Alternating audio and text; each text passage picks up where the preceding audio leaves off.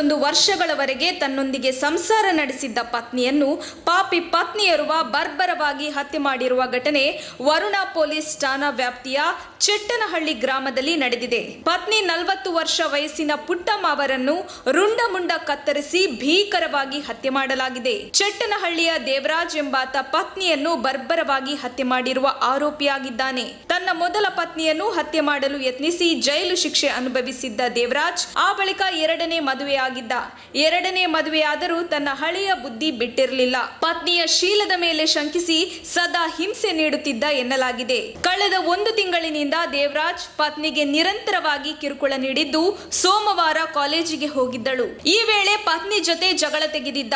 ರಾತ್ರಿ ಮನೆಯಲ್ಲೇ ಪತ್ನಿಯ ರುಂಡ ಕತ್ತರಿಸಿ ಭೀಕರವಾಗಿ ಕೊಲೆ ಮಾಡಿದ್ದಾನೆ ಎಂದು ತಂದೆ ವಿರುದ್ಧ ಮಗಳು ಪವಿತ್ರ ವರುಣ ಪೊಲೀಸ್ ಠಾಣೆಗೆ ದೂರು ನೀಡಿದ್ದಾಳೆ.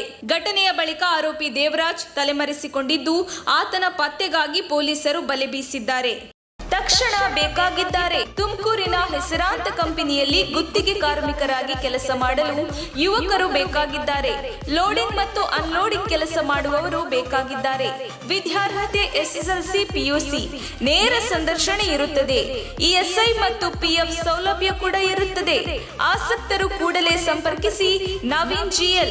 Mobile number 9743103968.